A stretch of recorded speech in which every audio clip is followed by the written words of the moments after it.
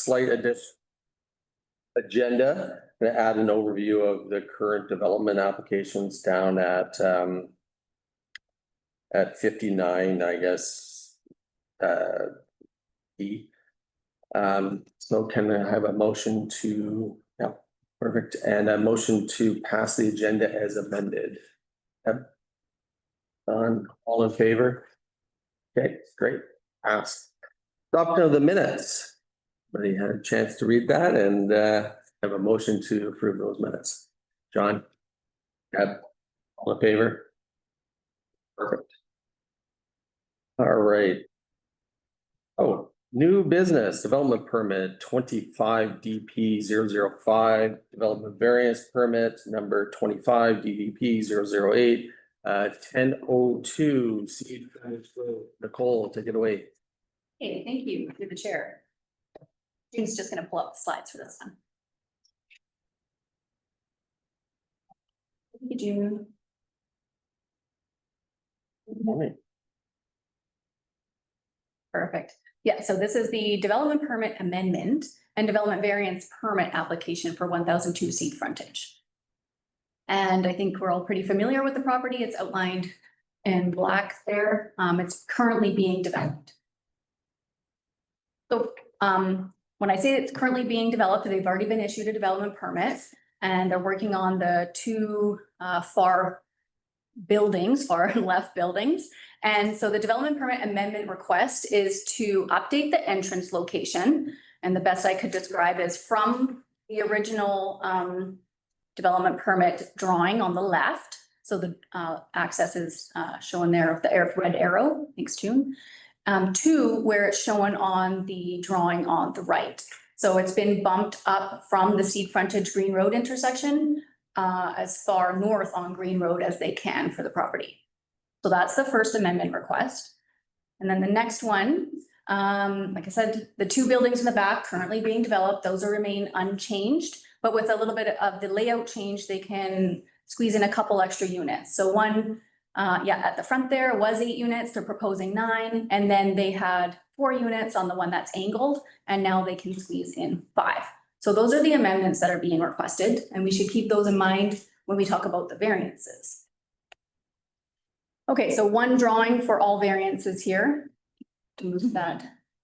Yeah, thanks, Steve. Okay, so with those access changed and a couple extra units, the variances are as follows. We have the landscape buffer relaxation at the top right of the drawing. So 3 meters is required for the landscape buffer and 1.5 meters is requested. This is because the access has been bumped as far north as possible. The request to relax the front setback on Green Road from 10 meters to 6 meters. 10 meters is required for the C2 zone. It's pretty big setback there for the landscape. Setback, sorry, not landscape. A sign is proposed for the development in the orange circle. A sign with multiple businesses on tabs, just advertising who's there. The max height is 6 meters and 7.5 meters is proposed. There's also a request to provide, and this is probably the bigger conversation, on-street parking along Seed Frontage Road with the parking stalls in the road dedication. The sidewalk is then pushed north a bit. And the developer is proposing a statutory right-of-way for the sidewalk to be on private land instead of in the road dedication. That is like what is typically required. And private lighting is proposed on the buildings rather than in the road dedication luminaires. Again, only because everything has been pushed north a bit with the on-street parking proposed. Last with this setup, the additional units, etc. The required parking is 109 stalls on site and 97 stalls are proposed on site. With the off-street included, they get an additional 18 stalls, so they could bump it up to 115 total for the development. So that's a summary of the development permit amendment and development variances being requested today. Thanks very much, Nicole. Okay, committee questions, comments. Councilor Bushel, and then No, I was just gonna say, so with the proposed off-street or on-street parking, what like is staff's opinion on that in terms of like what and the lighting, you know, so it's a little bit different. Don't have any particular issues, but I'm not sure if it poses any special issues for staff. Yeah, so through the chair, we've had quite a bit of back and forth through the process here. I guess from an operations and infrastructure perspective, moving the access farther north, further down away from the highway makes a lot of sense. The landscape buffer, relaxation really doesn't have an impact for us. The setback on Green Road doesn't really impact our department at all. And the sign height isn't of any concern. From our perspective, from my chair, the on-street parking does pose a bit of a problem operationally. We don't want to create another Mirror Lake lane with just inadequate parking on site spilling over.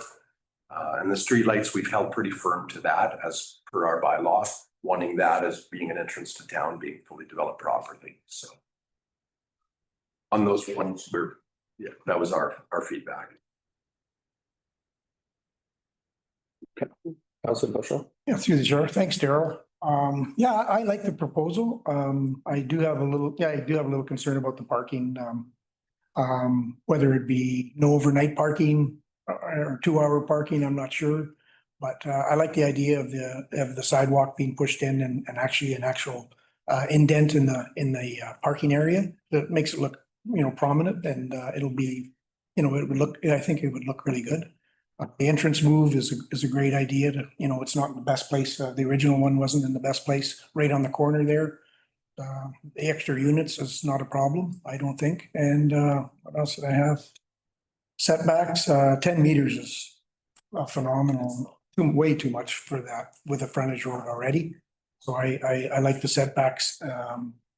Other than that, just curious, was the neighbors, are they communicating with the neighbors, Nicole?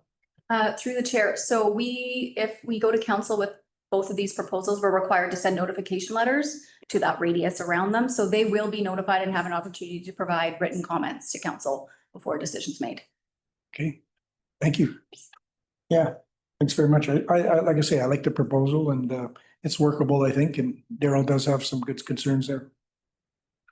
Go ahead, Dean. Just a couple of comments. I do, as CEO, have concern about your public sidewalk being pushed on the private property and not being a public structure anymore and being in a statutory right of way. There is precedence there that's going to be problematic for the district. The reason we have our subdivision servicing bylaw is it's soundly reviewed by lawyers and so forth and engineers to ensure we have a bylaw that's consistent. So as soon as we move away from that, we just have to be aware of the consequences of that. This is a very prominent property. I understand the idea of adding additional units. I understand that idea and that concept.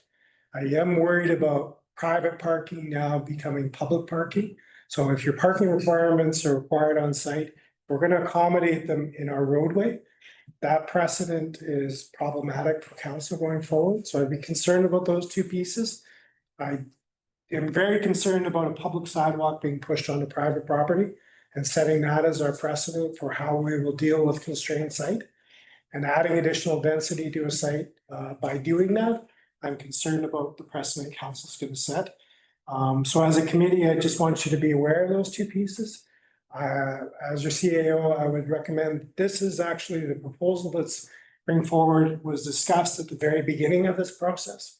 We went forward with a servicing agreement that the property owner and the developer agreed to that complies with our bylaw, that doesn't include these variances. So with that agreement in place, and we support that agreement that's in place because it complies with the bylaw the council's adopted. So having the streetlights, having the on-site parking is all a part of what's been approved for the building permit today. These variances will allow for additional density on the site, but at the sacrifice of the public amenity. Great, and just to touch on that, I mean, I am concerned about the sidewalk as well. I was going to bring that up, and the on-street parking. That needs a lot more consideration than just, I think, us bringing this forward to council. I'd like to see actually how that would impact, or a little bit of a report on it in terms of snow removal, Sea French Road, I agree with you that if we're going to start amending the parking requirements, I mean, if those are too onerous for that site, we should just take a look at how many actual ones we might need on site. Maybe not every unit needs two, maybe one needs one, and so on and so on. Rather than going on to Sea Frontage Road and putting parking there. I don't feel like that's a really great solution. I'm all for extra density on a site, but it does have to ultimately work. And if we're stretching this so far to get to a point where we have to start giving up some of the things that we should have on a property or create bad precedent, then I'm not for it. I think we're 80% there. I think, as Nicole mentioned, that there's a lot of stuff there that's not problematic, but then you get into sidewalk and I think on-street parking, that is problematic at this point. And it's not about, it's about the rules and it's about trying to adhere to them as we go forward, right? And that's, if we do it for here, the next request we have will be, hey, that worked there, let's do it there. And I am concerned about that, but yeah, further discussion. June, you have your hand up, yeah. Thank you, through the chair. In regards to the panels on the parking spaces, it appears that looking at the layout of the amended drawing, it looks like the reason why the proponent is inquiring for the on-street parking to be allowed is to gain and compensate the loose parking spaces that was triggered by the movement of the buildings and the rearrangement of the road. So should the community be of concern to the parking spaces requirement, and then also be concerned to the providing 18 on spaces parking? What proponent and community may consider is to provide the variance, not to provide the on-site parking spaces, but reducing the required parking numbers or providing variances for the parking spaces dimension. Looking at the drawing, it looks like the proponent originally designed the width of off-street parking spaces to conform to what our bylaw stipulates as of today. But in consideration and in comparison to the other cities, that is City of Toronto, for example, or City of Calgary, although it's a little different to our infrastructure capacity here. Consideration for small parking stall spaces, which could be filling up to 30% of the required parking stalls, or providing a slightly smaller parking off-street parking stall dimension may be more feasible. Thanks, Jim. Yeah, Councilor Bushel. Yeah, thanks, June. Is there any other communities that allow a sidewalk pushed back inside their property? Do you know of any, or? I've certainly seen examples of it. It's recommended by the legal team, Young Anderson, not to do that because you're now having it on private property and the association of what you can and cannot do with it is limited. And the whole liability component of it plays into that. So it's not recommended that you have those types of pedestrian infrastructure located on private property where it can be avoided.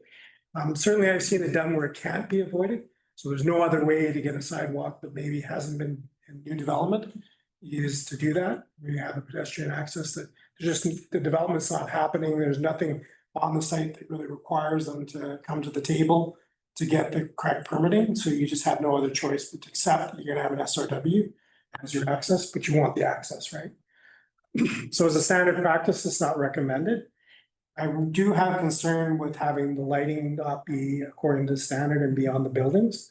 So having the street lighting, having the parking, as June has mentioned, not having, seeking a variance from council to reduce the parking requirements, but leaving the infrastructure as per the bylaw is an option for the committee to recommend to council. And certainly an option to put back to the proponent is to bring forward a variance to the parking standards instead of requesting an alteration to the on-site works. That's certainly from our perspective as staff would be more supportable. We do have concerns as far as what that means for the capacity of the private development. If they don't have adequate parking for their users, what that means in the marketplace for them. But that takes away the risk and liability from the district and puts back onto the developer. instead of putting the responsibility onto us. Now we're adding additional parking that we're gonna have to put constraints on and monitor. We've seen how that issue has come forward in other locations in the community. Okay, yeah, the only reason I like the clean sidewalk and pushback on the parking areas is that now you end up with you have the swale in the ditch. You'll still have the swale in the ditch and you'll have could have an unmaintained grass, landscape area where it pushes the sidewalk on, right up against not up against the building, but it leaves room for like good, crisp, clean landscaping area, right? And now we'll just end up with an unserviced swale in the ditch again. So that's why I liked it anyways. I just thought I'd let you know. And John, go ahead. I really like the idea of moving the entrance to the top mainly for safety purposes, because you got people coming off the highway. That one's great. Having the on-street parking, having the variance put in there and moving it all the way onto private property definitely could be problematic. Like we said, we can't do site specific on everything because then, yeah, it's going to switch back and forth. And I agree quite a lot with Ian's perspective on maybe there needs to be a little more research done on the actual amount of traffic. Because like traffic impact study with the highway coming there as well, maybe some kind of, the highway is going to expand as well. And I don't know when it's proposed to come through town, but it's going to expand, and then that might actually create more issues for that if we allow it at this time. You might end up with a bigger traffic issue. So I do think a little more research towards that may be required. And like June's comment with maybe looking at a variance for the amount of stalls on the inside would be a better route to go. I do think that's a more feasible option than taken away, because yeah, if you have people parking there come the winter time, it's already a bad intersection coming off the highway there for them to do snow removal and other things. And if you did have cars parking there, it would be problematic. So I wonder if, based on what we're hearing now, I think there's a couple of things to work on. One is the private sidewalk, that's what I'm hearing kind of from the committee. The other one would be the off-street parking and and what we do with that. Is it a variance there that needs to come back? So, I mean, I don't like to see these things. I mean, it can go to council. I don't like to see these things go to council and then just kind of fail. And I wonder if we should be kind of looking to you on this one, Dean. Send this back to staff to work on a couple of those issues that I think should be addressed prior to it coming forward. I think that in light of what you're suggesting is possibly considering a resolution to request that staff meet with the developer, discuss some of the concerns that have been expressed by the committee, and we should sort of feel that out a little bit, so we could actually include that in the resolution. Then we can meet with the proponent, discuss some of the concerns brought forward by the committee, possibly revise the variance, potentially come back to the committee, or if they find a way to address the committee's concerns, just simply proceed to council from there. But that will give the opportunity to make some adjustments before we go to council. Would someone like to make that motion? Word, you have a seconder? Ed? So for our recording officer, the resolution would be to bring forward the concerns expressed to the committee to the applicant and staff to meet with them, discuss those, potentially look at an amendment to the variance application in light of those components. And then we'll go back to the committee if it's going to be a significant alteration, and if it's going to be addressing most of the concerns that we would simply put forward to council. Is that amenable to everyone? Any discussion on that motion? Yeah, Deb. I guess one question I would have is there were parts of this that we went, yeah, sure, no brainer, no problem. But I don't know how they would affect the parts that are problematic because, so some clarity around that when it comes back would be helpful, because it seems to me there's, yeah, landscape buffer, reduce it, do this, but then are you also affecting that other piece? So Maybe just to clarify a little bit, I think staff had a couple of issues and we aligned with those that they outlined as well. The other part, I think 80% of it is not very problematic, but really just to be specific, like talking about the parking, talking about the sidewalk, and the lighting.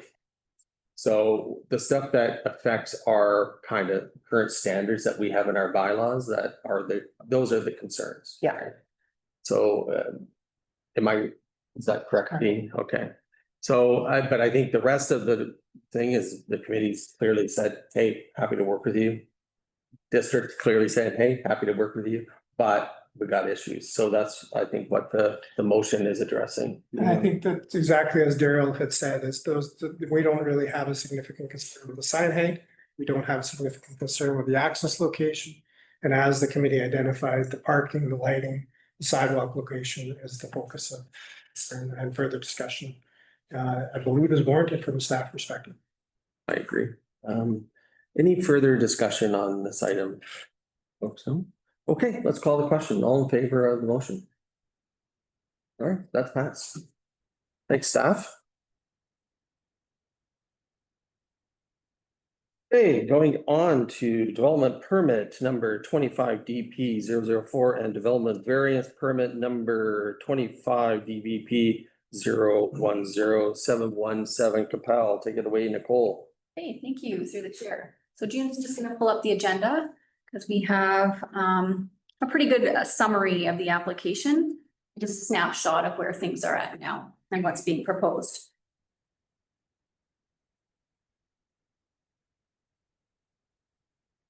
And then do you mind zooming in 8,000? Okay, so that's the property there, 717 Capel Street. What we're looking at is a multifamily development permit and a development variance permit. The site currently has 1 6-unit building and the proposal is to add 2 4-unit buildings, bringing the total to 14 units. The property is zoned MUR1, so we'll come back to that in a moment. But let's start with the OCP considerations. So right now the property is designated low density residential in the OCP, and the existing 6-unit building already exceeds that density. That's not a problem, legal non-conforming, but based on what's currently built, medium density residential would be a better fit. But with the addition of the 2 4-plexes, they would exceed both the low and the medium according to our OCP. And I think everyone's aware that we're currently refreshing our OCP. So if there is an appetite to allow this type of density on the property, we can address that through the OCP. So zoning and density. So the zoning currently allows 11 units and we have the 14 proposed. And there's a couple ways we can address this, maybe a combo of things. One could be a site-specific regulation for this property. It'd be a zoning bylaw amendment. It would require multiple hearings with council or a housing agreement. So if some of the units are designated as attainable, this could allow additional density under existing bylaw. And that's where I'm saying we might have to do a combo of housing agreement and zoning amendment, but that would need to be addressed. So for the variances for the proposal, maybe we could just scroll down to the little visual of it. So a couple proposed here. The landscape buffer. Normally 3 meters is required. We just went through that. The buffer is proposed to be waived on the west side, which is the bottom of the drawing, and that's due to the existing building. So that's not because of the new proposal, but because we're doing a variance, we might as well address what's happening on the property. The buffer is also proposed to be reduced 1 meter at the rear, which is the right side of the drawing, and 1.5 meters on the east side, which is the top of the drawing. And then it's worth mentioning that the properties surrounding are all residential. So for setbacks on the west side, reduction from 6 meters to 3.28 meters is requested for the existing building. And that 6 meters is required for the MUR1 zone.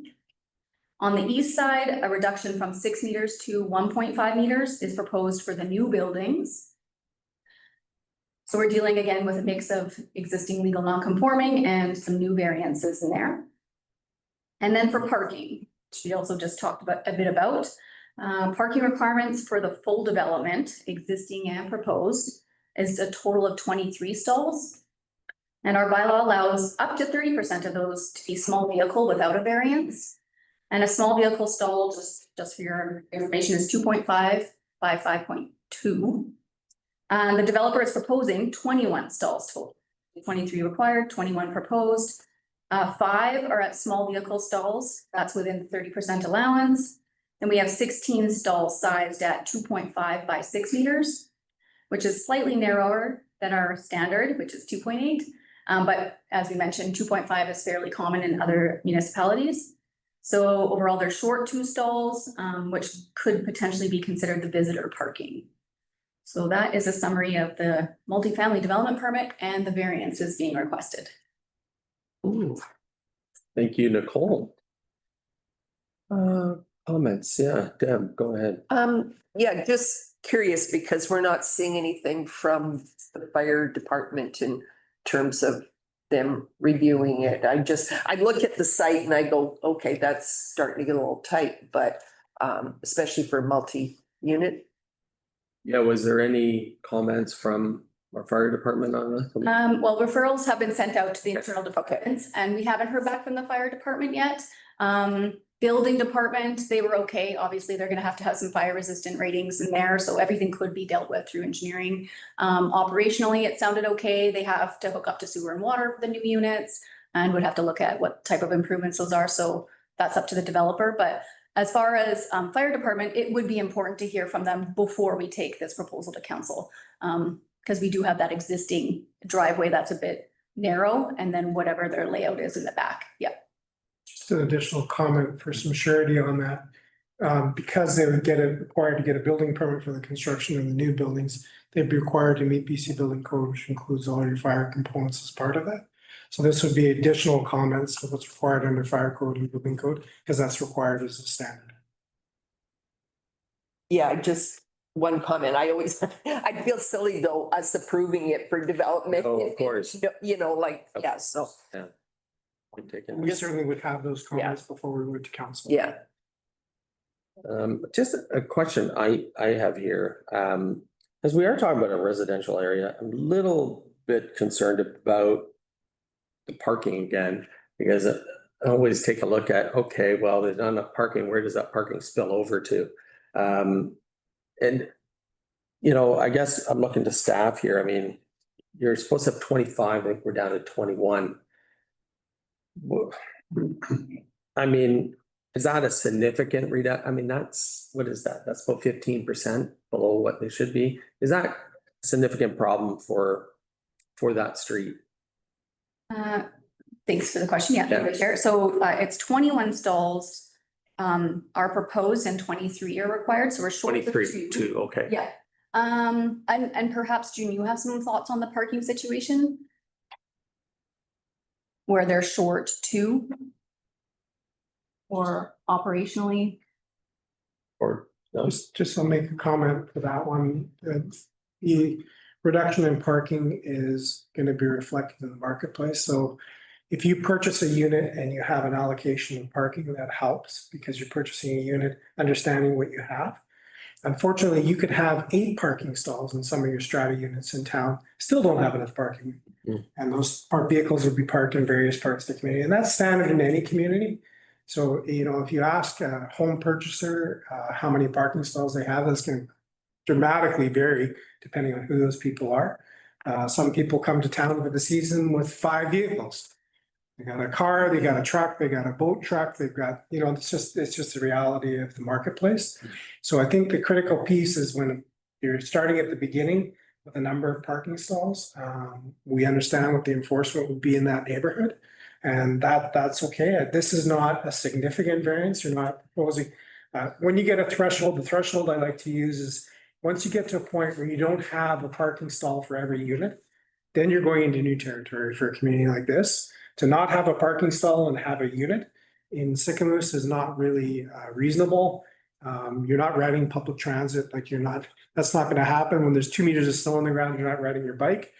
So, you know, that we're not a community yet that can do that, but certainly a variance from 23 to 21, I wouldn't categorize as being significant.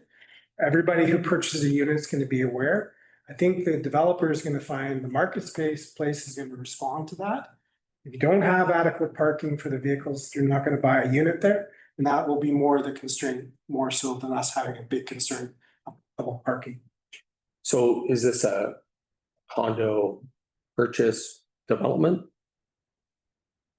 Through the chair, as far as I understand, the proponent's desires to have it as a rental A rental? apartment. Okay. So yeah, I'm just trying to look at this. So we have 14 proposed units, 21 stalls. So I mean, it's certainly enough to cover one vehicle per unit and then a little bit of a buffer, but okay, Councilor Bushel. Through the chair, I agree with Deb. There is some concerns with a narrow a one-way in and a one-way out. And if any one of those buildings were to catch on fire, you couldn't get any of those vehicles out at all, if that was the case. But I wonder if the developer ever thought about moving the two buildings or build one building and put it in the back and then use the other area for parking. It's just, I know he's trying to maximize his return, but it's pretty tight right now with the way it is. But that's my concern. June, go ahead. Thank you. Through the chair. That's a good point, Councillor Bushel. At the inception of layout creation, this is pretty similar to the very original iteration that the proponent brought up. And then through the initial conversation, staff advised the possible configuration of utilizing this backend space as to place the fourplex or the similar side of the sixplex there, and then remainder of the area to be accommodating the parking spaces, which will in return would provide the greater, staging spot for the fire apparatuses. But as I'm here as a planning staff, I prefer not to comment further on the fire aspect of it. But that iteration consideration was initially mentioned at the inception of the stage. But it appears that from the proponent's perspective, there may be some pavement issues if they were to place the two fourplexes into back end of the property. Then to utilize the parking spaces, they would need to do a paving of that area, which could add the cost for the development. So proponents may thought of what is this configuration means to me in terms of a financial situation. So it may be reflective of that consideration, it appears. Okay, I guess I just have another question about the landscape buffer at the rear. I believe we're waiving that under the variance. Let me see. Through the chair. Yeah. The request is to vary the landscape buffer from 3 meters to 1 meter. Okay, so then I'm just looking at is there two different, it looks like there's two different houses at the rear of the lot, and I'm just wondering, I mean, we'll have to send notifications, I guess, if this goes to council on that, but I guess I'm looking for a staff opinion on, that's basically, is that the parking lot back there or is it their housing? Just 1 second. Is 1 meter, I guess, is 1 meter sufficient enough? I mean, this is going to be 14 units, parking, all of this. Is the 1 meter really sufficient enough to at least, I guess, buffer the other owners around from having this impact? Yeah, through the chair. That's a good question. So it'll be the 1 meter and then the parking lot and then the buildings. So Right. yeah, the building setback's not an issue. There is, there's an option to throw in a requirement in the development permit that fencing is provided to provide a bigger barrier and then only have the 1 meter and the parking, if you're comfortable with that. Well, I'm just thinking if you're those property owners, we're varying it from 3 meters to 1 meter. Obviously they're gonna go, they don't want their view to be parking lot with 21 vehicles back there, right? Which is currently not there. So I'm just trying to anticipate some of the comments that we will get back once notification comes forward, and it obviously has to, and then it'll come to council.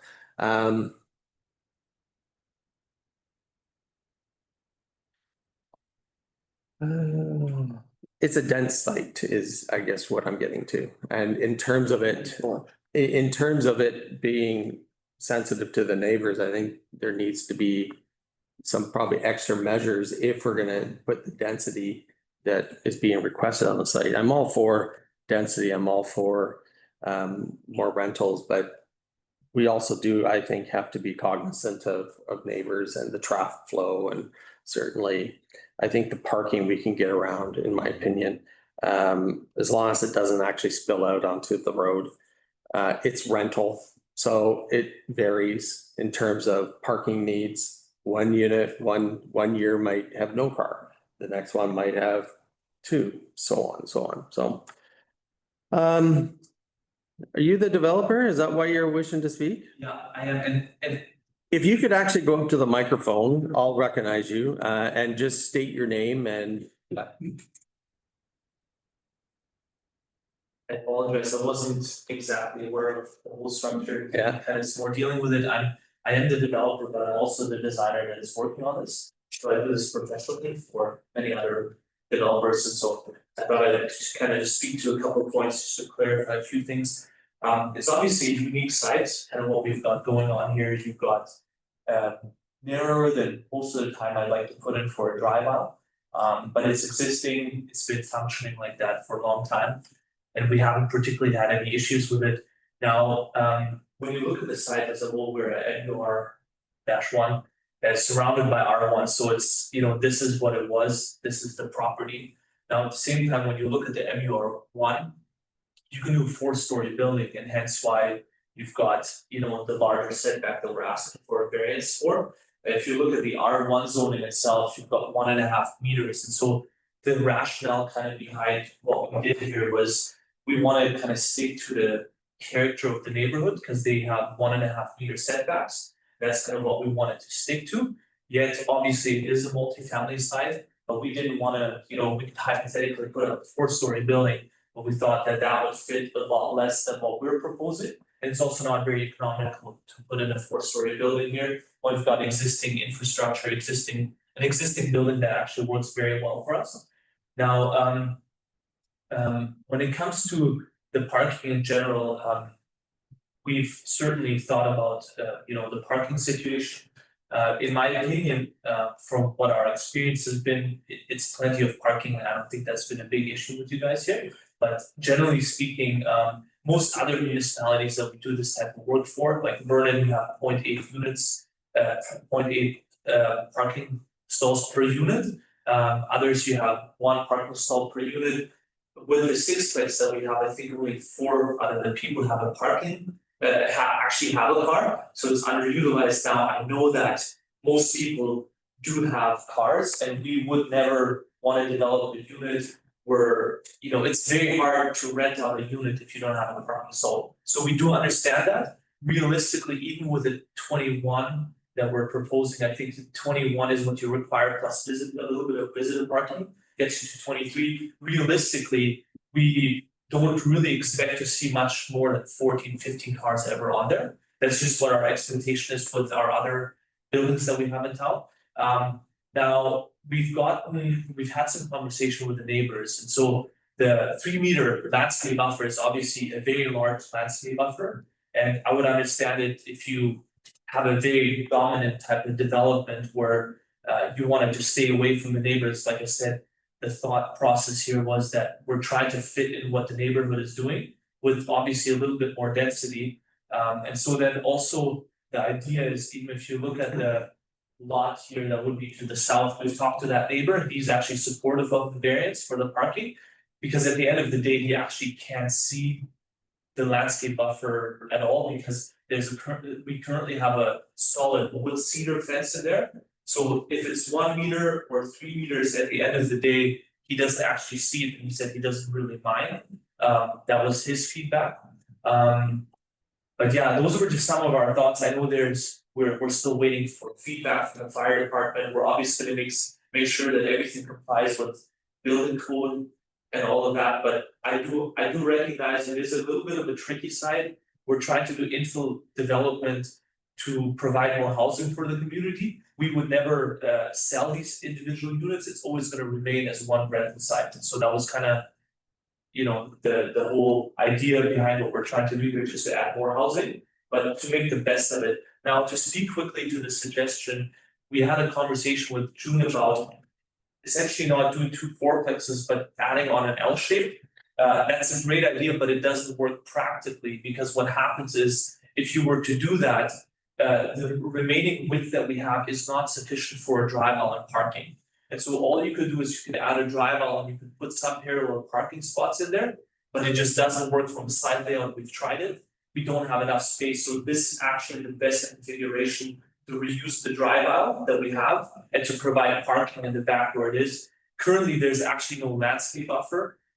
The parking actually just goes right to the fence, but we're wanting to do a landscape buffer because I know that is a requirement. Or the alternative could be, you know, if the drive aisle is currently 8 meters at the minimum and 8.18 meters kind of where it's a bit larger.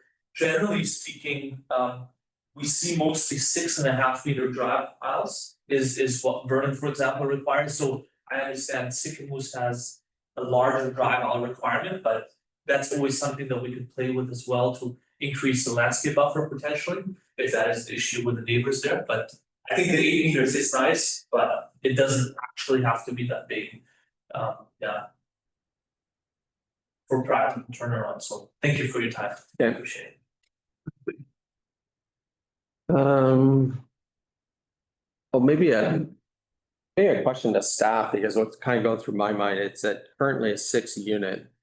And we're being proposed to go to 14. Have we ever done something similar like this in town? I mean, I don't think I've seen something where we've more than doubled a site on density. But I mean, you have a lot of experience with this, Dean. Is there some precedent to this? Yeah. I don't know about Sycamoose specifically. Infill is relatively new to the community. This scale of infill is certainly not something you've seen, but as was alluded to the applicant, this has become the standard in the interior. So if you go to Vernon, Salmon Arm, Kelowna, where I last came from, this would be every Tuesday. This is how development's occurring. We're not a community that's had it mandated by the province, whereas other communities have had it mandated. So it's actually required to be allowed in a lot of communities in BC. To this extent, it's definitely a little bit different for Sycamoose, but this is not uncommon. So infill housing has become a hot item across all of BC. It's certainly something the province is strongly pushing within the community. So I think we're going to expect more pressure to continue to come. As part of our OCP update is to allow for more infill housing. Whether it's going to be at this scale or not, as was alluded to, this is a somewhat unique site in that the district has allowed for multifamily on this property in the past. So the district, by allowing that, has made it a multifamily property. So reflecting that today in newer standards across the province is not out of place with what you would expect with land use planning in the community. Certainly with the landscape buffer, I'll speak to that piece in that the reason they're 3 meters is to allow for trees to be installed. I think trees are a critical component. So what we could go back to, if the committee wished, is to encourage the component where they have the buildings. Of course, you can't plant a tree because there's not going to be enough space between the building and the property line to have the tree. But where there's not the building, that they incorporate into the landscaping as many trees as they've had across, particularly where the buffer is being reduced. So they have that vertical landscape buffer that will help with the neighboring properties. And once you have an area like between the buildings, for example, if you place a tree at that component, you put it at the 1.5 meters, the tree can be fully on the private property of the proponent, but still provide the screening and the amenities for the future. We want that tree to be able to grow. So that's why you have a 3 meter buffer, is to allow for trees. You don't need 3 meters of shrubs, but you do need enough rooting space so that it's not encroaching on the neighboring property in the future. So we're trying to think a little bit ahead by having a 3 meter buffer, so your trees aren't automatically encroaching on your neighbor when you plant them. So if the committee wished to encourage them to include trees as part of their landscaping and compensation for the reduction. I think that's probably prudent and it would provide that above fence screening that the committee has talked about. And certainly would help with the neighboring properties to have that screening component, particularly for the parking area, but between the buildings and where because these buildings are not enormous buildings based on the size of the property.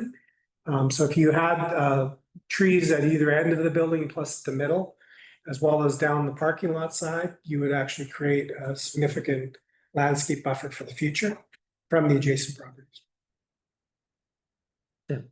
Yeah, so in the summary that we were provided, this is grandfathered non-conforming, but we were talking, or the staff was talking about the fact that the density exceeds not only the residential, obviously, but the multi-residential. Are we thinking, because of course none of us likes doing a lot of one-offs, is as part of the OCP review, are we looking at is this going to be consistent with what we would expect in the new OCP as far as multi-unit residential density? We would expect to see this similar on multifamily sites, not on single family sites. Yes. So that I think is a difference. So the district at some point in our past made a cognitive decision to allow for this site to become a multifamily site in a single family area, which is the decision of that council that day. Is kind of the precedent that created this scenario. This is not a standard that would be created automatically through the OCP. We're not going to start going through the OCP designation and plunking multifamily sites in every single family neighborhood across the community. That certainly was not the mandate the council has given our contractor on doing that. We're more looking at the fabric that's already in place, how softer forms of density can be incorporated, meet the provincial regulations, allowing for carriage homes, other components that are softer in a single family neighborhood. This is different in that it's a multifamily site that's been previously decided to be a multifamily site. Mm-hmm. So I don't know, personally, kind of where I'm at here is, I think this needs to be supported by the surrounding neighborhood. I don't have any kind of information based on that at this point. I mean, I really want to hear what the neighbors have to say. I think, as we pointed out, this isn't a single family residential area. We have a sixplex. I don't think that's much of a problem, right? It's existing non-conforming. We go to 14. That's a lot. We're more than doubling it on the site. So the community support for this will be key to how I would vote as a councillor. If people see the plans, they're comfortable with it, the buffers are there, then I would support it. But I don't really have that information right now. There's a couple of things I'm concerned about. The landscape buffer. I'm concerned about the density overall on the site, the parking issues. There's a few things I think that kind of raise a couple of red flags with me. Like I said, I'm all for density. This is just a lot within a single residential neighborhood. But again, I don't think it's necessarily a bad thing, but the community support, I think, would be, or the existing neighbor support is key to me. So, yeah, Councillor Bushel. Yes, to the chair. Yeah, I agree. I mean, the more housing, the better. I mean, that's what we need in cities. But it being in a residential area and more than doubling it, my concern is just safety and a little bit of site coverage as well for storm runoff and things like that. I'm sure it can still be done properly, I hope. But yeah, I'd like to hear from the community for sure. June, you had a comment, yeah. Thank you. Through the chair, I would like to highlight on one important consideration for the community and the committee. The one is about the density. So the proposed is 14, although per the zoning, the allowed is 11 units. So there should be a discussion from the community saying that, okay, they are exceeding 3 more units to the allowed. So what would be the amenable method for us to provide that additional density? So there's a 2 method in this particular case. One could be providing a site-specific regulation, so like mini zoning bylaw amendment to say that for this particular site, you guys can go up to 14. Versus the other approach, which may be helpful for the proponent to make their application more amenable. Community's perspective is a provision of the two affordable housing affordable rental unit.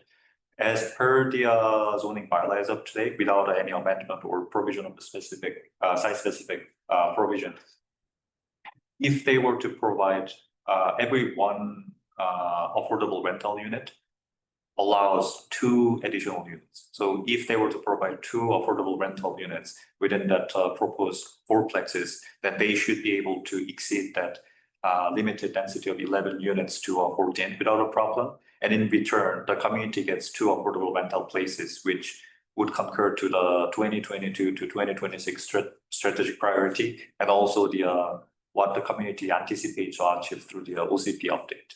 Mhm. Thank you very much for that, June. Okay, I think we're getting to a similar spot where we might have gotten to the first one that we had dealt with. Okay, there's really two options for the, at this point. Is one, we can ask the proponent to work with staff on some of these issues, and go out and ask for some community feedback prior to it going to council. Or we can go to council, we can do the community feedback and it can be obviously dealt with there. My gut feeling is that it's probably better to come back to this forum rather than go right to council. I am a little concerned that this goes out for feedback, that there is going to be some fairly strong reactions to it. Maybe not, but I'm concerned about that. Then it gets to council. And once we do make a decision at council, that's the decision. Like I said, I might be reading this wrong, but I do think there's going to be some headwinds to this, just based on the level of density. So, yeah, I'm just wondering if we can work on this a little bit more and see if there is this support level out there for it. I don't know what your comments on that are, Dean. So the recommended resolution from the committee could be to request that staff work with proponent on means to make this more palatable for the public consultation process. We'll work on that with the proponent, maybe by incorporating trees or other components that we've talked about, before it goes out for public referral, so that we can try and mitigate these issues before they arise. Take the comments provided by the committee. If there's concern, the public will respond negatively. Work with proponent to have a more positive response from the community. Potentially look at the housing agreement for 2 units so that we have an affordable housing piece. It's a piece of that, and solidifying that as part of the application. And staff would then prepare that, come back either to the committee, depending on how much of it. If it's addressed what the city's expressed as a concerns, we go directly to council. If it's got a new proposal based on changes they want to do, then that would be coming back to the committee. But certainly addressing this before we go to consultation with the community would be the objective. If that's a resolution the committee would like to do, that was what staff would do, would meet with the proponent, find some ways to potentially reduce the impact with the public and the neighborhood, and incorporate that into the plan, and then we proceed to council with that revised site plan, and hopefully with those components that will be more acceptable to the community. That is certainly something that staff could do if this committee wished. How does the committee feel about that direction? Okay, so just ask for a motion to. So the Yeah. motion just good for. Yeah. That Yeah, was that- on me. that was- I've got a bad habit. I don't speak a lot, but when I do, I speak way too much. So she's trying to practically create a resolution. I think the resolution would be to take the feedback received from the committee back to the proponent, discuss potential impact on the neighborhood and adjacent properties, and identify ways to mitigate potential impacts to the neighborhood prior to going out for public consultation. Do I have a mover for that motion? Deb, seconder, move forward. Any further discussion on that? Yeah, I'll. Oh, June, sorry, go ahead. Thank you. Through the chair, just throwing in one more consideration or discussion point for the future, which the staff will likely to take care of it Mhm. after the meeting. using the comment received from the committee. But one aspect that would play a greater role here, similar to the previous case of the Safe Mortgage Road, also is the parking. Right. I think the reason why the community may feel that, okay, it's going to feel like it's overcrowded or it will have a result of lesser landscape buffer is because of the most likely the current layout of the parking spaces. So in the later, once the discussion further matures and the department receives the feedback from the fire department, Right. staff may further work on what would be the ideal layout and what would be the threshold for the reduction of smaller parking spaces, or we could also consider further provision of the further variance on reducing the number of required parking spaces, because in the end, once it's built, there will be 14 units. So if one unit has like a 1 car or 1.5 cars, 23 cars or 23 parking spaces could be perceived as a lot in certain cases. And if there were to be a reduction on that parking, either dimension or the number requirement, then the property in return gains the additional spaces that could be utilized for open public spaces, open amenity spaces to the landscape buffer increase or not the reduction, especially to the south part of the property where the residential fence is located. Those consideration could be enhancing the visibility of developers' application. And thanks for those comments. And I assume just based on our discussion, you'll also be connecting with fire department, some of those points that got brought up. And I think, yeah, obviously I'm very supportive of this because I do think we want projects to be set up for success.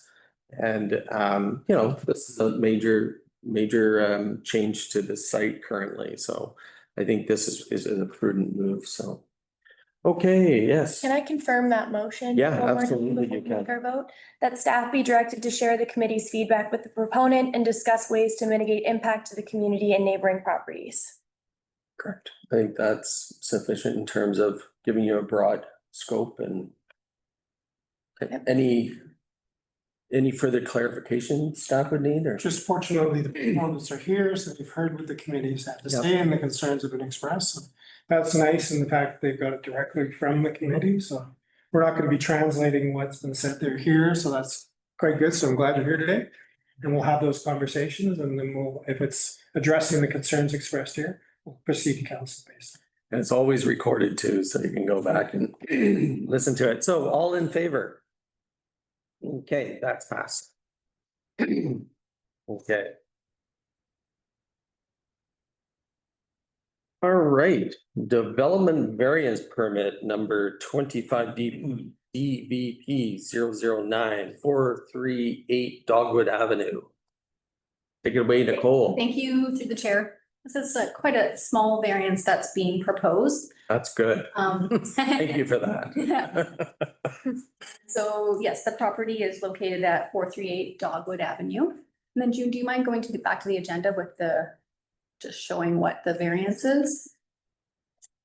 So the owner proposes to add a garage to their existing home. And the required setback on Cottonwood and Dogwood is 4.5 meters. And they're hoping for a variance to go to up to 2.5 meters.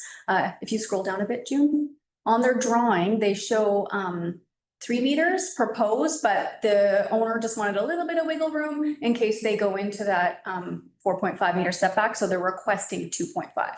They're hoping to get 3, might be in the 2.5 range. So the variance is 4.5 meters to 2.5 meters for the setback against the road. Okay, committee thoughts? One quick question on it is the entrance to the property is on that side of the house, is it not?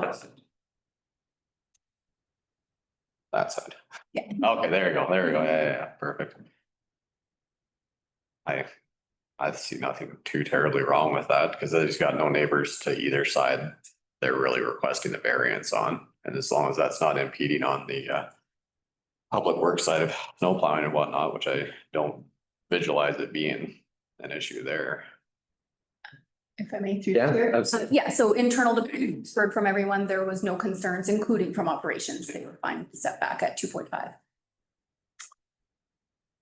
Well, this looks like a fairly easy one. So, someone make a motion to approve the variance at, what is it, 438 Dogwood?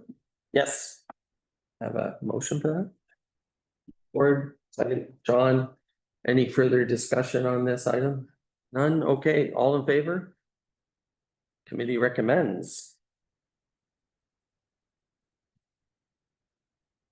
Okay, zoning amendment bylaw number 1110, Nicole, mobile vending units. Take it away. Yep, thanks to the chair. Can you open up the background there, June? And zoom in quite a bit. Thank you. Okay, so we just wanted to bring this for discussion. So it's come to our attention that the current language in the zoning bylaw for mobile vending unit implies that you can have more than one mobile vending unit on a property. And so that could be problematic for us. We could see some logistic challenges like overcrowding, non-compliance with setbacks, increased strain on existing businesses, et cetera. And so what we're proposing is a zoning bylaw amendment to permit only one mobile vending unit per parcel in the C1 through C3 zones, C6 and I1.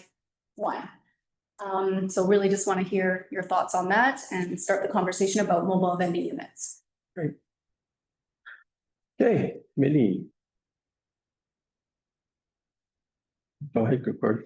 Yes, through the chair. I mean, it's concerning when you have a multiple, somebody comes into the community and does, put 2 or 3 or 4 vending units on one property and they're only here for a couple months. And the stuff on the other ones that are trying to make a go of it year round, but, I kind of took the bylaw as being, it was already in place. It says mobile vending unit. It didn't say units. So I kind of took it as one, but it could be, corrected or clarified, I guess, if you want to put it that way. I don't know if we have any site specifics. I know Brenda's in the crowd here, so I'm not sure, but yeah, just start the conversation for sure.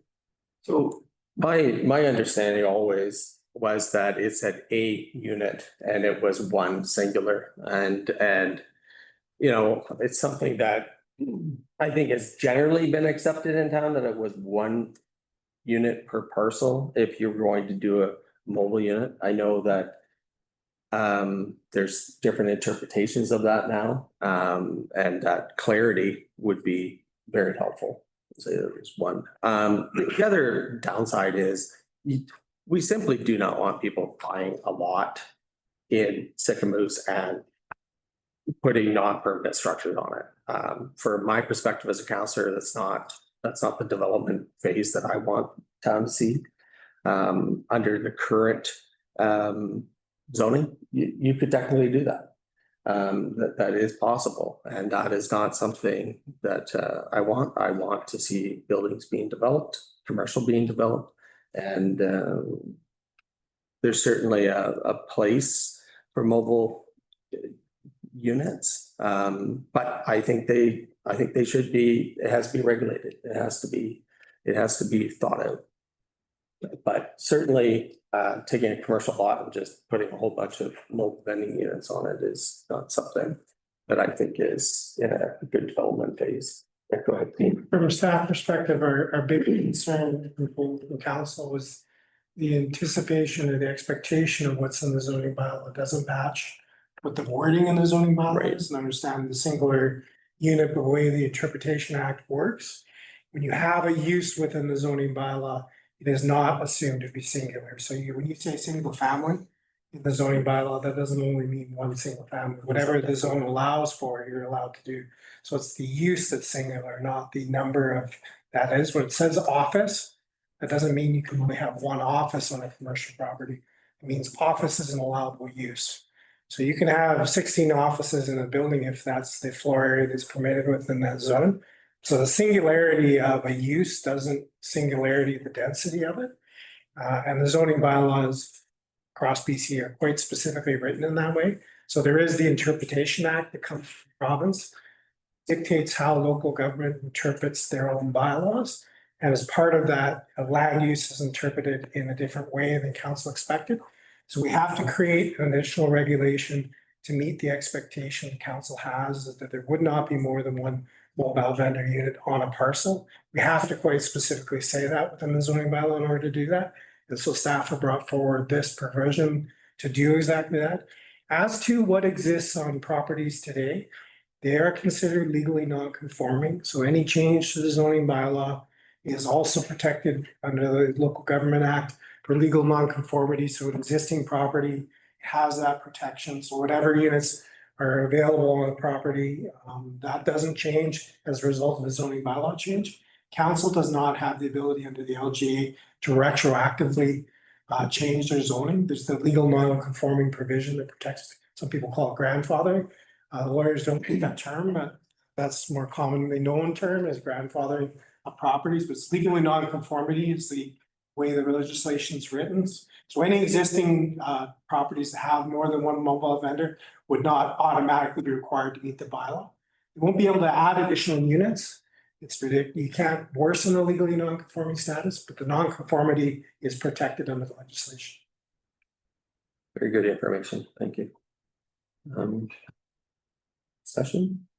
Yeah, so Deb and then Joe. Hopefully this isn't appropriate, but so I have had a discussion with staff about the farmer's market. And I haven't been bringing in mobile vending units to date to speak of, but I understand that that would still be allowed with the farmer's market on a once a week kind of thing. So just. So this is different than an event. Yeah. An event is a different type of permitting and licensing. Yeah. So event provisions allow for mobile units. So if you're gonna have farmer's market or a festival or Canada Day or something that's an event, a car show, other components like that, there's other provisions within the bylaw that allow for that.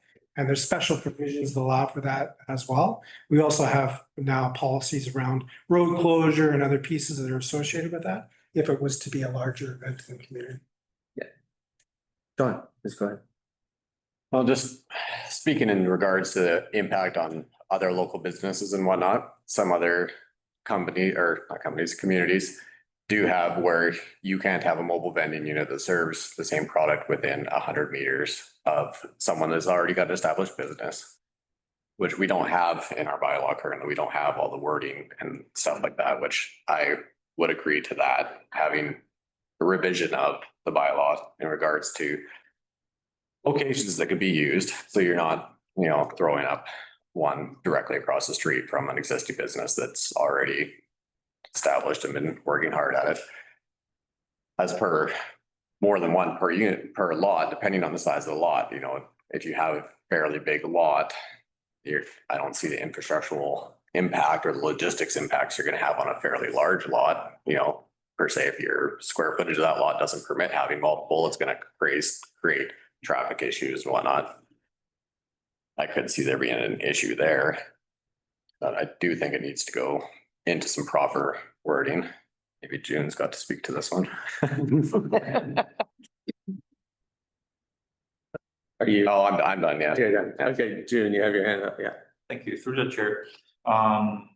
In regards to the point that committee member Mr. Brown made, there are many ways to control it. Let's say if the community were to worry or concern about the number of or multiple mobile vending units be placed within a relatively smaller parcel, and therefore its density being the concern. There is a different method to control the density, but achieve pretty much the same result, which could be by amending the general regulation of the zoning bylaw, because we have a particular section that discusses mobile vending unit, although it's a very minimal as of today, but we could add things like its separation to, let's say, the building or existing structure within the property, let's say of 3 meters, or add the clause where we say mobile vending units are allowed per every let's say 5 meter worth of the frontage or something, then we can automatically control the number of the mobile unit can go depending on the parcel size or the frontage size. At the same time, we don't restrict heavily for the large parcel that you pointed out, which could have 3 or 4 mobile vending units and does not have a sufficient concern raised by having the large size. And in general, too, mobile vending units are expected to be completely self-sufficient. So when it comes to like a garbage management or the grease management, those technically shouldn't be big issues, as they are expected not to be connected to the municipal water and sewer. Yeah, and I think we have a varying degree of the regulations that we enforce now and the ones that we don't, and some are self-sufficient, some are not. There just needs to be, I think, it's good that we're talking about this, some more clarity around it. You know, there are large lots where you could probably put a half a dozen mobile vending units on it and do that as a continuous business model. I don't know if that's something, that's not something I want to see in town, but you know, there's over time, we've never kind of had an issue where this has gone on beyond then one person just puts one vending unit on a lot. And now, you know, as things trend, I mean, we have multiple different types of vending units throughout town. It's not just food trucks, but it's others, right? It just requires some clarity on what are the rules and how do you do it? And then giving people some sense of here's the process, right? Sorry, Just, just for some clarification for the committee. Yeah. This is specifically related to the expectation the council had as far as what's in the bylaw. Right. And when we identified that it's not, this is the specific component. Right. This is not the end of the conversation about temporary use permits and mobile Yes. vendors. That this is just a specific item. This is the beginning of the conversation on the OCP and how we're going to regulate mobile vendors as well as temporary use permits in the community. It's already been highlighted by council as a priority to be addressed through the OCP. So that provision is going to come through in the fall. So this is a specific component that council had an expectation was there that we identified as not. So staff has brought forward a way of meeting what council expected was in the bylaw already today, so that expectation is being met. However, this is not the end of the conversation. This OCP process will bring this conversation to height. The contractor already has instructions on temporary use permits. How that's going to be incorporated, they're going to have a draft that comes forward in September. This whole committee as well as council will have the discussion around how that's going to be addressed. And we expect that there'll be fairly different regulations within the OCP as well as within the zoning bylaw after that. And as June has alluded to, there's a number of ways to do this. That's certainly what we have Urban Systems working on, is coming up with some suggestions on what would be good for Sycamoose. Because there's lots of different models for doing this. I think the critical piece for Sycamoose to not lose track of is the importance to your tax base of having bricks and mortar buildings within your community. And we can't lose track of that. The idea of mobile units is to support business and to allow for business growth, not to replace business within the community. So that balancing has got to be a critical piece. Gord. Yeah, through the chair. Yeah, I agree, Dean. Just in regards to the zoning bylaw, is this a one-off amendment, or is it'll be lumped in with a whole bunch of amendments to the zoning bylaw? No, this will be a one-off amendment, a zoning bylaw text amendment. And I think that is likely council's issues. You've had large amendments done with a whole bunch of components, with a lot of detailed discussion on what those were. And so this is specifically, and I'd like to bring these forward in this way for that reason. When we bring forward the zoning bylaw update, which will come out of the OCP process in the spring, we will have a different process. June and Nicole will go through with you as we work through the bylaw. All of the components have changed. So you can clearly see how everything's being changed in the zoning bylaw to reflect the new OCP. Yeah, because a lot of changes were made in bylaw 1000, and then bylaw 1000 was not invalid. Then it kind of got rolled over into bylaw 1100. And the expectation was that this was the rule, but apparently it's not. So in many ways, this is housekeeping in line with what was understood to be the rule, I guess, is the correct. And that's why staff brought it forward right away as a separate item, because the expectation of the bylaw is not what's written. So Okay, any further discussion? Okay, so I guess we have the motion in front of us. Do you want us to just to have a general discussion and? you can have your general discussion. If you want to send forward a resolution to council, you're welcome to, or you can simply have your discussion and that can be summarized by one of our two councillors who are on the committee to council at the meeting, or you can actually have a formal resolution. We're not seeking a formal resolution That's fine. at this point from the committee, just a discussion. Yeah, I think a discussion is fine and it goes to council. And is there any further discussion on this item before I move on? Brenda, I'll get you a public input at the end. Yeah.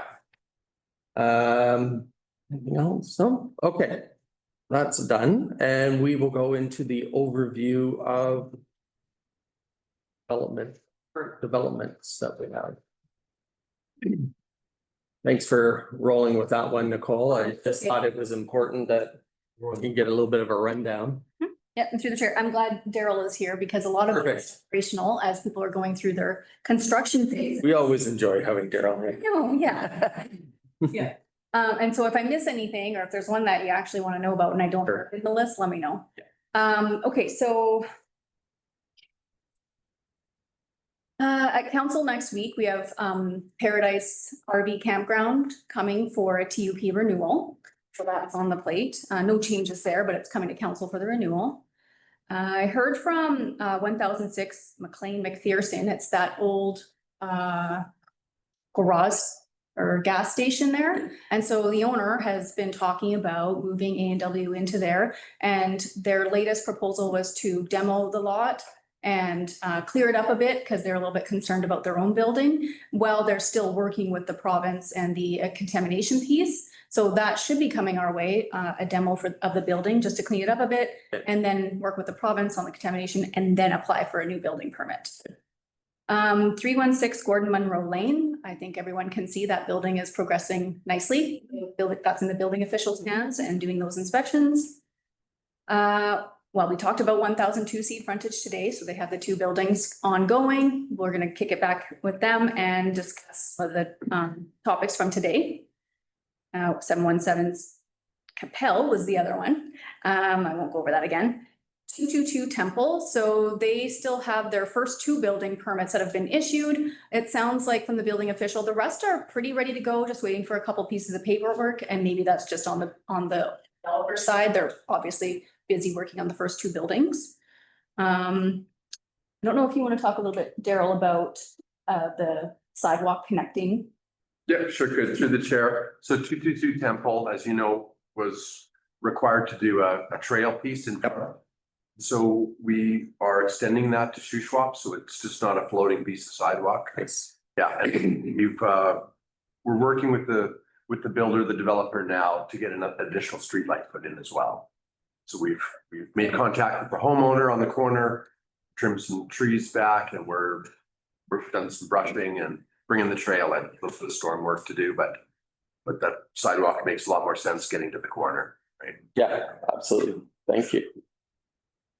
And then the other one we have is 425 Main Street. Obviously, that's actively being constructed, going through the building official again. I don't know if Dean has anything else to offer on that development. And then 802 Mile, so that's the RV campground and Sycamoose houseboats. They're working on a rezoning proposal. They've been talking about it for quite a while, and so I've just received that. Lots of ideas there. So they want to rezone and then stratify the campground. And so there's a lot of moving parts with that one, but on a continuous communication with them. Those are the ones that I picked up on, unless there's another one out there. Just a comment for 425, the footings were poured a few weeks ago. Public forms in place for the foundation walls to be poured. So I'd anticipate in the next few days, we'll see the foundation walls poured. So that's the next step for finishing the foundation piece, which is good to see. Things are progressing as anticipated. Yeah, it's very nice to see all the building that's happening around town this summer, so. Committee, any questions and? Any news on Old Town, Old Town Bay? Not on my end, from operationally either, yeah. I'm waiting on the proponent to submit additional documentation either on the 219 covenant or new engineer design as far as how the geotechnical hazards are to be addressed. Okay, thank you.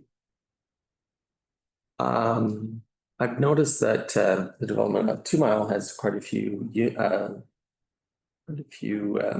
lots that have been sold, but nothing being built. Is that just kind of with the developer at this point?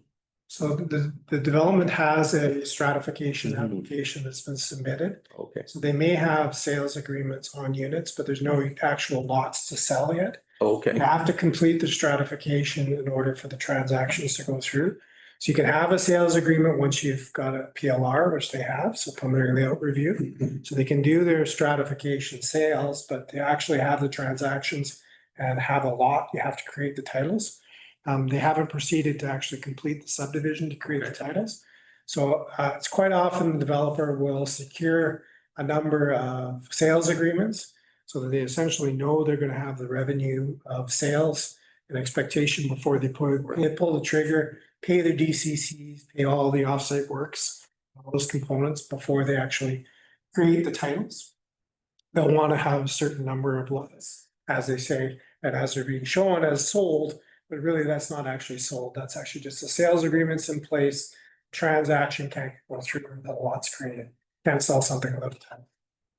thank you very much for that information, yeah.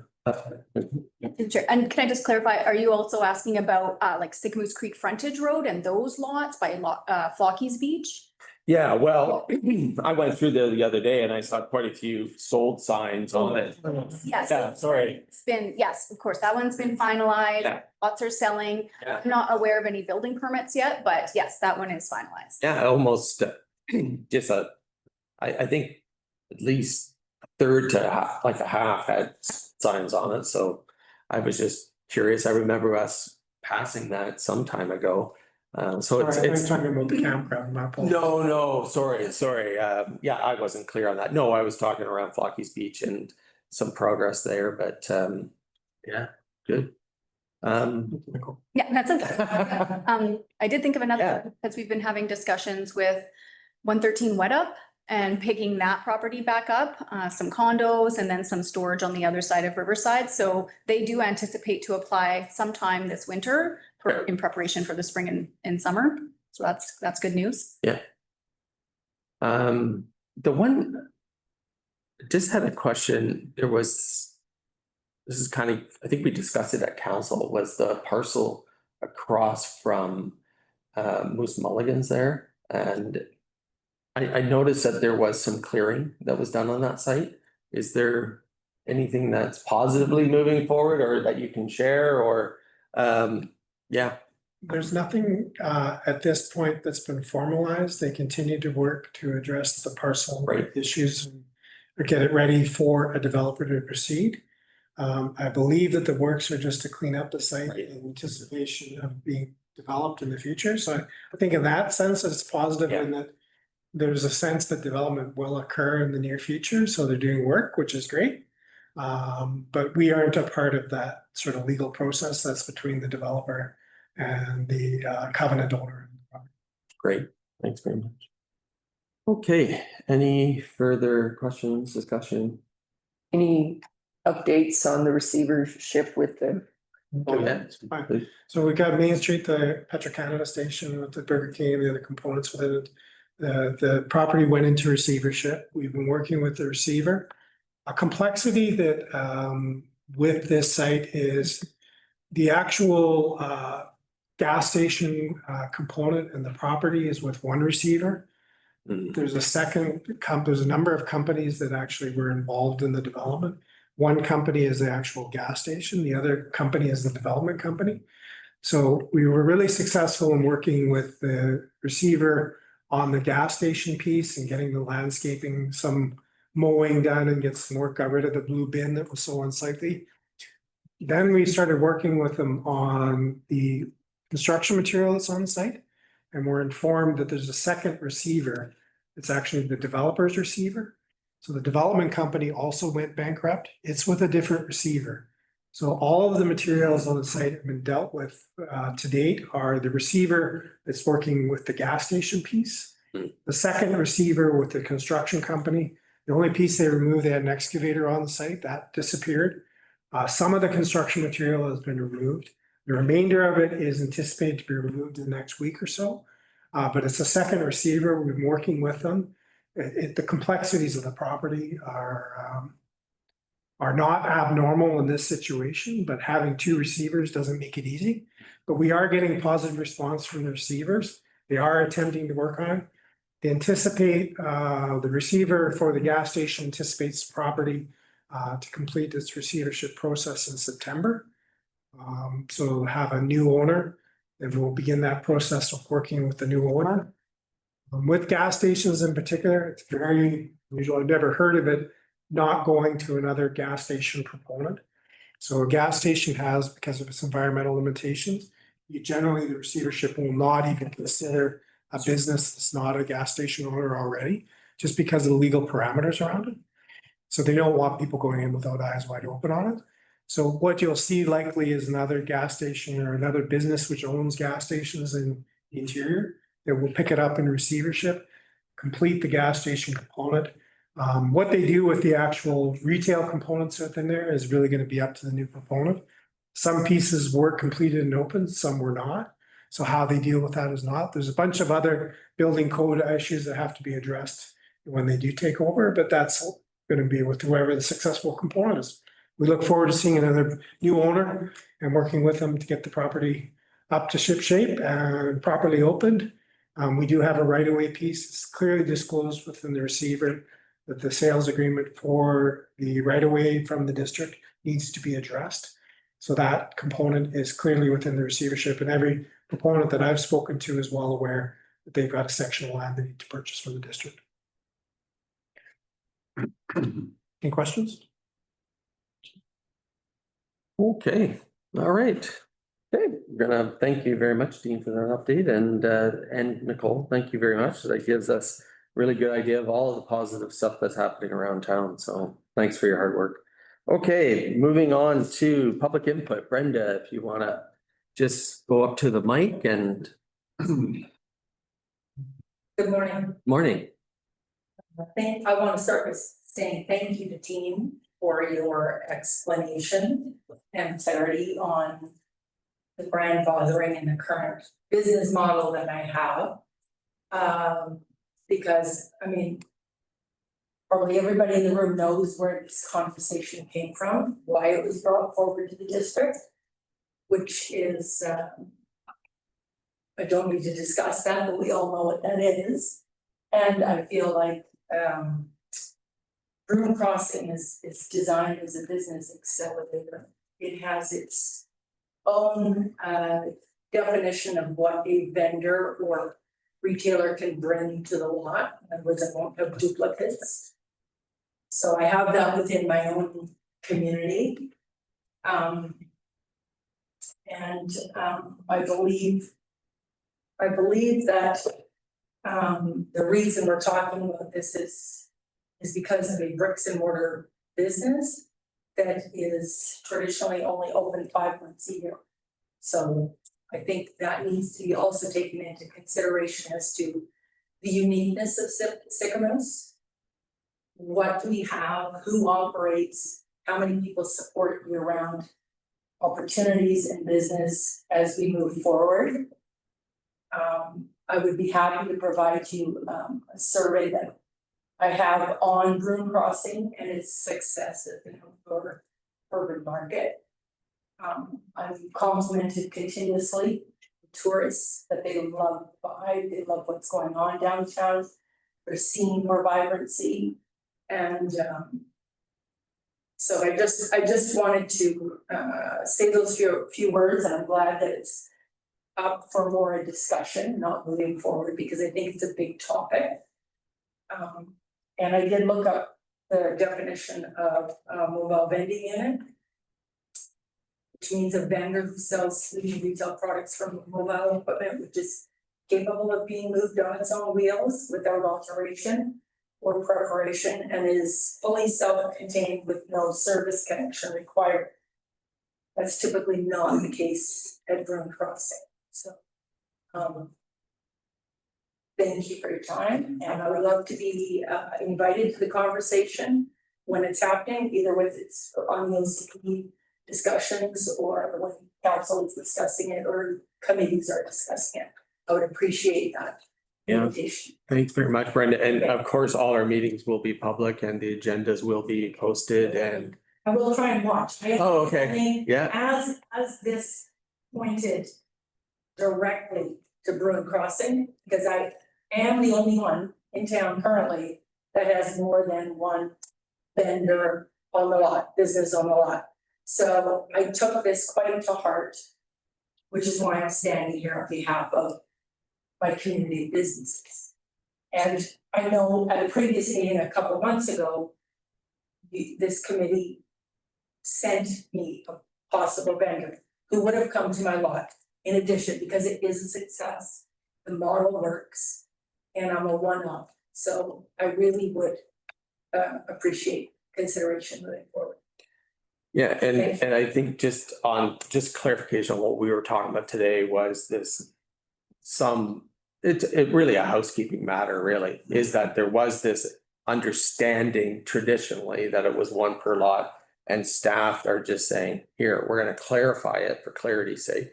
And then there's this other piece that Dean has talked about, that's about the OCP and a larger kind of discussion about how these things kind of get integrated into the local economy and planning and all these other things. It's also part of the discussion is also about our temporary use permits and how those have gone over the years and how we've approved some, we've not approved others. There is, in my opinion, only a general lack of clarity on some of the rules that we have to, put some structure and rigor around. So that's the discussion. It's all going to be done out in public and it's in a component with the OCP. So I saw a couple other hands here. Dean? Just very briefly, the OCP process will have consultation with it.